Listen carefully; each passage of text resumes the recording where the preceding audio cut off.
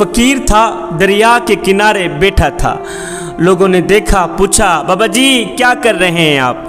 कहा, बेटे पानी के ख़त्म होने का इंतज़ार कर रहा हूँ, जब सारा पानी ख़त्म हो जाएगा तब दरिया पार करूँगा। जब दरिया का सारा पानी ख़त्म हो जाएगा ना, तब दरिया उबूर करूँगा। ये सुनकर नौजवान मुस्कुराने लगे, मुस्कुरा कर कहने लगे, बाबा जी कैसी बेवकूफ़ी की बातें कर रहे हैं आप? पानी के ख़त्म होने तक तो तेरी ज़िंदगी ख़त्म हो जाएगी। बाबा जी पानी के ख़त्म होने तक तो तेरी उम्र ख़त्म हो जाएगी। बाबा जी हिम्मत करो, अगर दरिया पार करना है तो हिम्मत करो, आगे बढ़ो, हिम्मत करो, आगे बढ़ो। ये सुनकर इस फ़कीर अल्लाह वाले ने, मुत्तकी परहेजगार ने उन नौजवानों की तरफ देखा। देखकर दर्द भरे लहजे में, दर्द भरी आवाज़ में फरमाया, नौजवानों और नादानों, यही तुम ही समझाना चाहता हूँ कि तुम लोग ये जो बार बार कहते हो कि जब ज़िंदगी की मसरूफियात ख़त्म हो जाएगी तब हम तौबा करेंगे, जब ज़िंदगी की मसरूफियात ख़त्म हो जाएगी तब हम लोग नमाज़ पढ़ेंगे, जब ज़िंदगी की मसरूफियात ख़त्म हो जाएंगी तब हम लोग कुरान पढ़ेंगे, तब हम लोग अल्लाह को राज़ी करेंगे, उसके रसूल को राज़ी करेंगे। फरमाया, नादानो, जिस तरह पानी के ख़त्म होने से पहले पहले मेरी ज़िंदगी ख़त्म हो जाएगी, इसी तरह तुम्हारी मसरूफियात ख़त्म होने से पहले पहले तुम्हारी ज़िंदगी भी ख़त्म हो जाएगी। जवानों, जिस तरह दरिया के सूखने से पहले पहले मेरी ज़िंदगी ख़त्म हो जाएगी, इसी तरह तुम्हारी भी मसरूफियात ख़त्म होने से पहले पहले तुम्हारी भी ज़िंदगी ख़त्म हो जाएगी।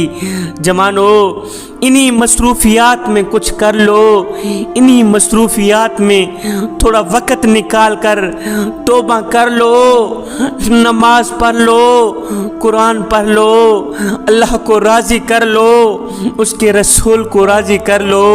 और ये ज़िंदगी के लम्हे तुम्हारे लिए गनीमत हैं, इन्हीं लम्हों में कुछ कर लो, इन्हीं लम्हों में कुछ इकट्ठा कर लो, इन्हीं लम्हों में खुदा की याद और मोहब्बत के दिए अपने दिल में जला लो। मालूम नहीं फिर फुर्सत मिले ना मिले, मालूम नहीं फिर ये जिंदगी के लम्हे मिले ना मिले। आज हमारी जवानियाँ किस रुख पे चल पड़ी, आज हमारी जवानियाँ किस समत पे चल पड़ी, किस साइड पे चल पड़ी। और जवानी में तो इस दर्द को पैदा करने की ज़रूरत थी कि हमने मरना भी है, जवानी में तो इस सोच को पैदा करने की ज़रूरत थी कि हमने कब्र में भी जाना है, जवानी में तो इस कैफ को पैदा करने की ज़रूरत थी कि हमने मरने के बाद अल्लाह और उसके रसूल को मुंह दिखलाना है। जवानों, ओए कौन सा मुंह लेके जाओगे अल्लाह की पाक बारगाह में, कौन सा चेहरा लेके जाओगे।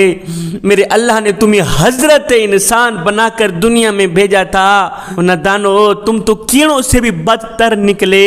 अगर सर में दर्द हो तो हम ये नहीं कहते कि देखा जाएगा, जो होगा सो होगा, नहीं मियाँ, बल्कि फौरन ही डॉक्टर के पास जाते हैं, गोली लेकर खाते हैं। अगर कोई कारोबारी मसला आ जाए तो हम ये नहीं कहते कि जो होगा सो होगा, जो होगा देखा जाएगा, नहीं, बल्कि फौरन ही इस मसले का हल निकालते हैं। और नादानो, कितना बड़ा अहम मसला है ये कि मौत आंखों के सामने आ रही है और हम कहते हैं जो होगा देखा जाएगा, जो होगा सो होगा। जवानों, आखिरत ये वो घाटी है जिसने बड़ों बड़ों को रुला दिया।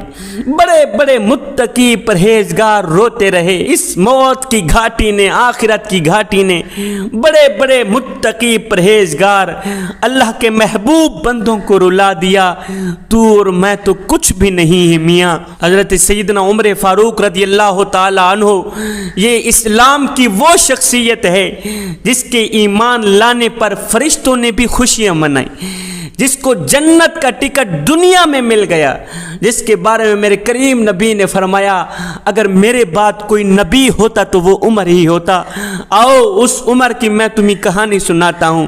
جب آپ کو خنجر لگا، جب آپ زخمی ہوئے، جب آپ کا وقت آخر آیا، جب آپ کی زندگی کا سورج غروب ہوا، جب آپ اس دنیا فانی سے رخصت ہو رہے تھے، تو آپ نے اپنے بیٹے کو فرمایا کہ میرے سر کو جلدی جلدی زمین پہ رکھو، جلدی کرو میرے سر کو مٹی پہ رکھو۔ جب آپ کا سر زمین پہ رکھا گیا، جب آپ کا سر مٹی پہ رکھا گیا، تو سیدنا عمر فاروق رضی اللہ تعالی عنہ نے اپنی گال مبارک کو مٹی پہ رگڑ کر خود کو کہنے لگے، اے عمر، اگر تیرے رب نے تجھے معاف نہ کیا پھر تو مارا گیا نا۔ یہ ہے عمر کی عاجزی، یہ ہے عمر کی انکساری، جس کو دنیا میں جنت کا ٹکٹ دے دیا گیا، جس کو جنتیوں کا سورج کہا گیا ہے، اس عمر کی عاجزی کی کہانی سنا رہا ہوں۔ آپ کا جب وقت آخر آیا تو آپ نے کہا میرے سر کو زمین پہ رکھو، مٹی پہ رکھو۔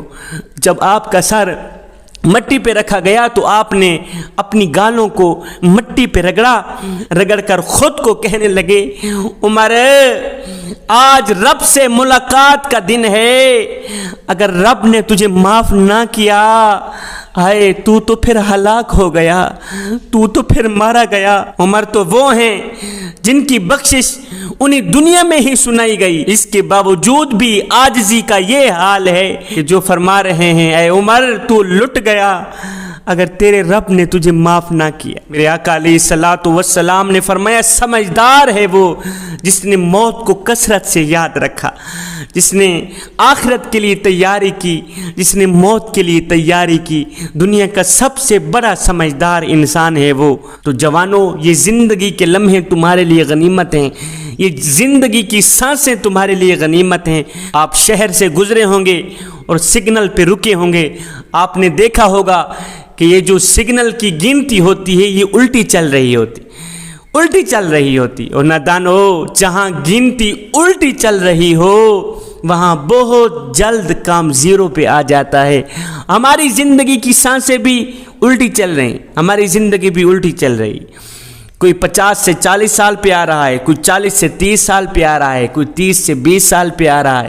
تو جب یہ زندگی زیرو پوائنٹ پہ پہنچے گی تو اسی کا نام موت ہے، اسی کا نام جدائی ہے۔